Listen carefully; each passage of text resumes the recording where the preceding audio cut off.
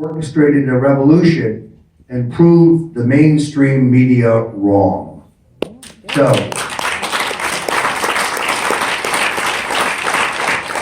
to get that written and to the publisher in time for the inauguration on January 20th is a Herculean task.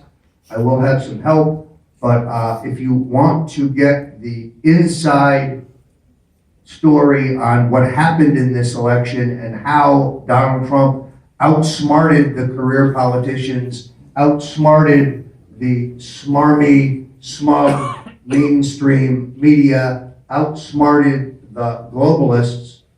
By the way, folks, Hillary and her supporters spent somewhere around $1.5 billion in this election. Donald Trump and his supporters spent about $270 million. That's how one-sided this was, and it was really an extraordinary physical effort by Donald Trump in the last 2 weeks, coupled with a strategic decision to go into Wisconsin and Michigan, which tipped this election. So I urge you to look for my book, be out on Inauguration Day. I think you will enjoy it. Now, a final comment.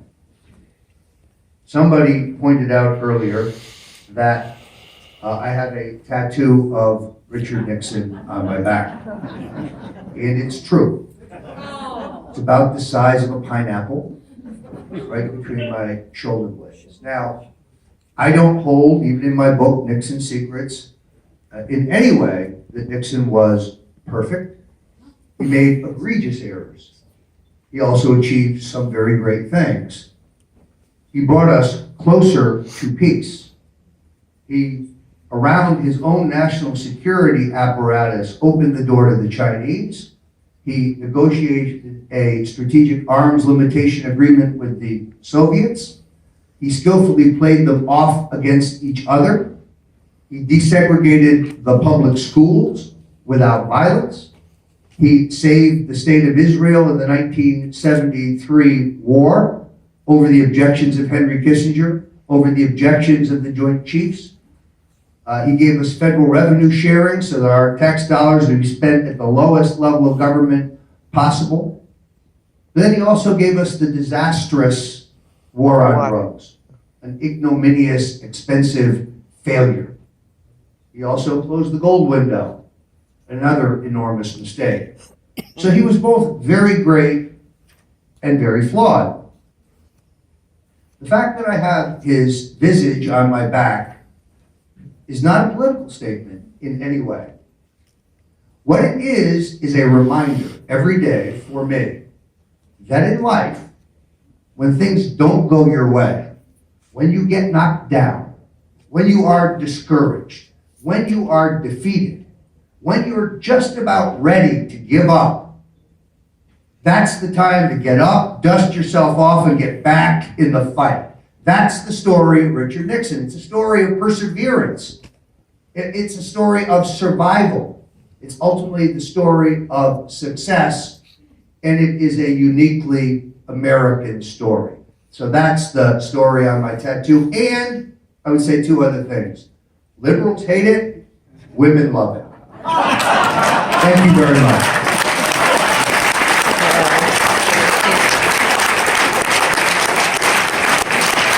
Oh, I'm sorry, we actually need to do this one more time for our friend Gerald. So if you would, let's stop and start again.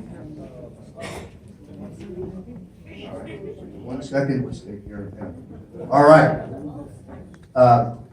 So as I indicated earlier, I will be leaving the conference and I'm flying back to Miami where on the November 22nd, the 53rd anniversary of the murder of John F. Kennedy, I will be debating the question of who killed John Kennedy with the New York Times best-selling author, Gerald Posner.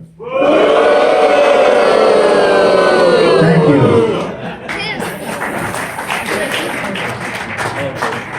Now, Roger, you're going to do us a great service there for this interesting man. The JFK, this says, ask Conference 2016 Hall of Shame Award for Gerald I'll Posner. be happy to pass.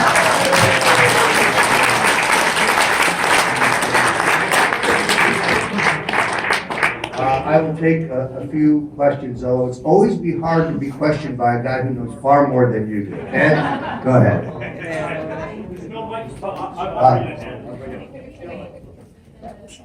I love the soup. Thank you. I got just 3 quick points. Yes. Al Capone will hardly miss this suit. He's missed. You realize he said 3 quick Yeah, points. but I got it. Okay, number one, you mentioned CNN. The founder of CNN was a man named Tom Johnson, who was an aide to Lyndon Baines Johnson. Yes. Number two, my friend, mutual friend, St. John Hunt and I were together last night, and yesterday when he spoke, he talked about his father working for Richard Nixon, but he first worked for Lyndon Baines Johnson. Yes. That should be known. And Saint said, I didn't know that. And number three, you named a number of people, but you didn't name me. But I just thought we should mention Nigel Turner's the guilty man.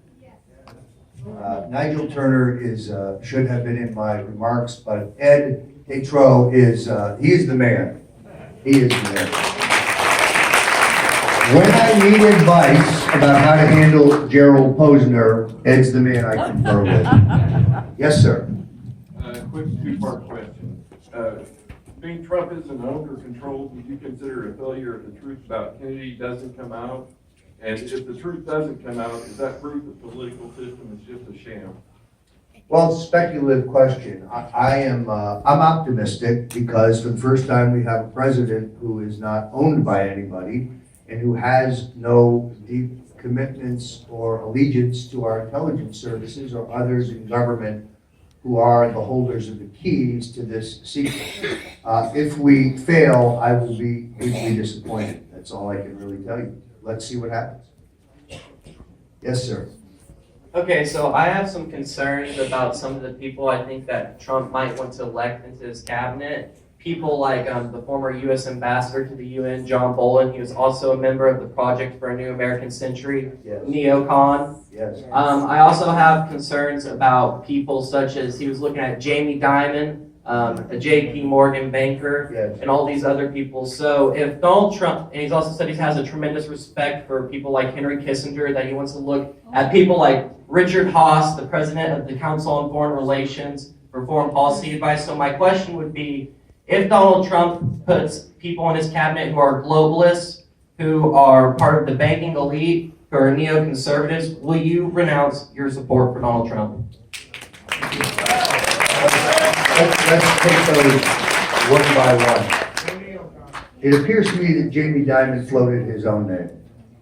No one I know at the transition, nobody I know at Trump Tower knows where that came from. There's no evidence that he was ever really under consideration to be Secretary of the Treasury. Richard Haas of the Council on Foreign Relations has, I believe, been rejected. He approached Donald Trump early in the campaign. They didn't share the same worldview. Nothing happened. I have already said that I would not have chosen Reince Priebus as my chief of staff, but I'm willing to give the president-elect the benefit of the doubt on a staff job that is largely mechanical. When he says that he has great respect for Henry Kissinger, maybe that's a little politics rubbing off on him. He was trying to win an election. Let's see what they do. So far, the globalists are not very happy with his appointments. Now, John Bolton is a friend of mine. John Bolton's a great guy to drink whiskey and play poker with.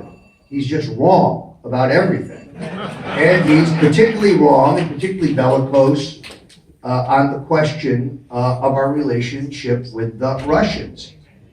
You have a new thing going on in the country where if you're not for thermonuclear war with the Russians over Syria, well then you must be a Russian agent. Congressman Jerry Nadler and Congressman Elijah Cummings both called on the FBI director to open an investigation into me to look at my ties to the Russians. Folks, let me be very clear. I have no ties to the Russians. Other than my weakness for Russian vodka, I have never been to Russia. I have no clients from Russia. I have no middlemen who represent the Russians who are clients of mine. I have no Russian influences. This is a canard. The idea that Donald Trump and his top advisors were being abetted or somehow paid by the Russians. This is the new McCarthyism. This is accusing us of treason because we don't want war. War serves no one. It is the Clinton-Obama policies that have brought us to the brink of war with the Russians.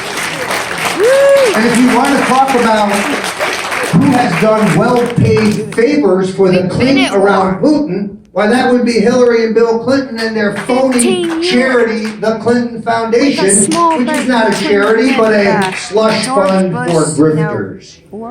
A vehicle for the facilitation of multi-million-dollar bribes. So, it is, let's wait and see what we get. If this administration embraces globalist policies, if it becomes politics as usual, and as if the president does not bring the changes that he pledges, of course I will no longer support them. But knowing Trump for 40 years and knowing how tough he is, I'm very optimistic. Thank you.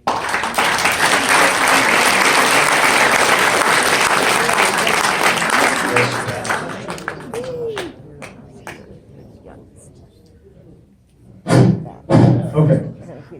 I'm betting that Joe Posner won't show up. But as to these paid demonstrations, this is the new purple revolution. Hillary and Bill wore purple on the day after, and George Soros is at the head of it. It's his money. And I have great concerns about the day of the inauguration because color revolutions have snipers that shoot people on both sides. And my bet or my worry is that is what's going to happen on inauguration day. Well, I know a little bit about the president-elect's security, his personal security. Having read Vince Palmyra's book and having written extensively in my book on the Bush crime family, which will be out next year in paperback with an entire new section on George P. Bush, the next criminal to come through the Bush family, and they're probably their next candidate for president. I've written extensively about the attempted assassination of President Reagan. And I find many of the same anomalies and discrepancies that you saw in the Kennedy assassination on that day in the attempted assassination of President Reagan. So the fact that President-elect Trump has Secret Service protection does not by itself give me solace. Now, I do not mean to impugn the integrity of individual Secret Service agents who I think are brave and honest and patriotic men and women, but I also understand politics. So, and I've been asked not to speak at all about the president's-elect's personal security arrangements, other than to say, I pray for him every night, and I urge all of you to pray for his safety and the safety of his family and the safety of the vice president-elect and his family. Thank you. The security is excellent. What the rally is like heavy duty. I'm going to make my comments very brief because Dr. Moore is posed the same question. Your mic's off.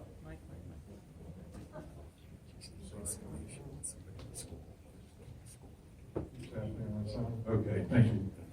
Well, welcome, Mr. Stone. I enjoyed your book. I've seen your discussions about President Reagan's assassination attempt on YouTube.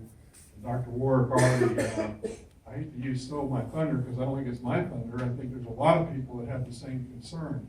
I'm a lifelong student of the JFK assassination, and when you watch the Zapruder film as much as most of us have, especially in slow motion, and you watch the enormous amount of seconds that JFK's driver had his head totally rotated back, looking at the president's head, second after second after second, till his head blew up. I was going to ask you, have you already, or are you intending to encourage the president-elect to bring his own Secret Service agents to town? You're right, I did address that in the last question. It is, so I think I've said as much about it as I want to.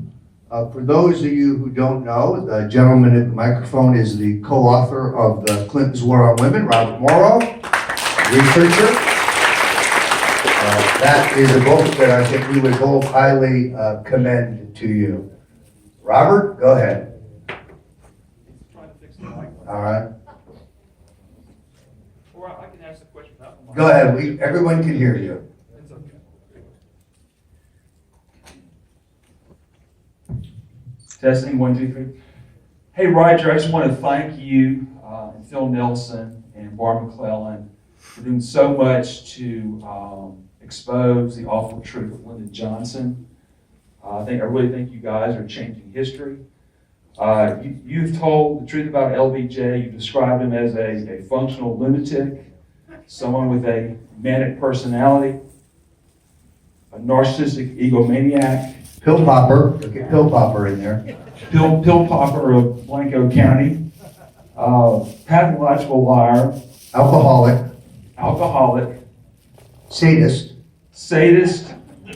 business crook, serial adulterer, and an unhinged sex fiend who just couldn't keep his hands off the women. The question I have for you is, you've known Donald Trump for 36 years. Do you see a lot of similarities in the personality of Donald Trump and Lyndon Johnson? Thank you. I see none. First of all, as you probably know, Donald Trump is a teetotaler. He neither drinks, he won't even take an aspirin. He's a very clean liver. I've never seen him lose his temper. He seems to be, except for perhaps for effect in a negotiation, I don't find any similar qualities at all. Now, I do see certain qualities in common between Lyndon Johnson and Hillary Clinton. I do think they're both psychopaths. I do think they're both mentally unbalanced. I do think they're both epically greedy. I think they're both foul-mouthed. I think they're both short-tempered. And I think both of them would steal a hot stove. All right, thank you very much. One more. So, I've enjoyed your books and a lot of what you say, but I have a concern. I know you say that politics is not a beanbag sport, but also you advocate kind of the methods that were used in the McCarthy era. Totally character defaming, socialist calling and things like that. That kind of political tactics that are, in my mind, unethical. That you kind of, I guess, out of necessity, go for those. That's my concern. Well, I thought I just denounced those very policies a few minutes ago. The idea that if you're opposed to the Clintons and you're not for a nuclear war with the Russians, you must be working for, you must be a Russian agent. You must be a traitor to your country. I have definitely been inside the corroded rectum of the two-party system for 40 years. And I have seen up close how American politics works. And I make no bones about the fact that when I was a heavy-duty lobbyist, I saw firsthand the fact that everything in Washington can be purchased for the right amount of money, with the right lawyers, with the right lobbyists. That we have a system that I have been part of that is infected with special interest influence, that the two parties, and I say this with some regret because I have a sentimental attachment to the Republican Party of Barry Goldwater, a party of small government, a party of limited spending, a party of civil liberties, a party of peace through strength rather than going around the globe looking for trouble, looking for endless foreign wars to embroil ourselves in. That Republican Party, sadly, almost doesn't exist anymore. The Republican Party of Mitt Romney is the party of K Street and Wall Street, and it's identical to the Democratic Party. We have one party dominated by neocons, except that all ended 12 days ago. And every Republican president, Lincoln, McKinley, Roosevelt, Eisenhower, Nixon, Reagan, has remade the party in their own image.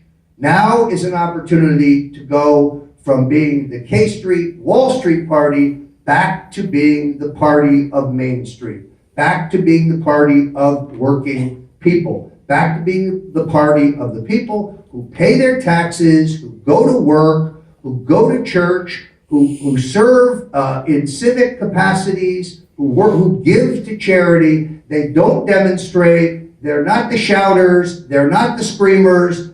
They're the forgotten Americans. That is the party that I would like to see us be again. Thank you very much.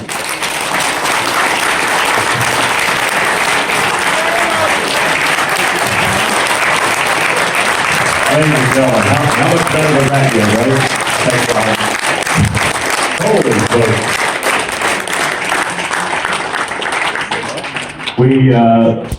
We called in a second urologist if needed.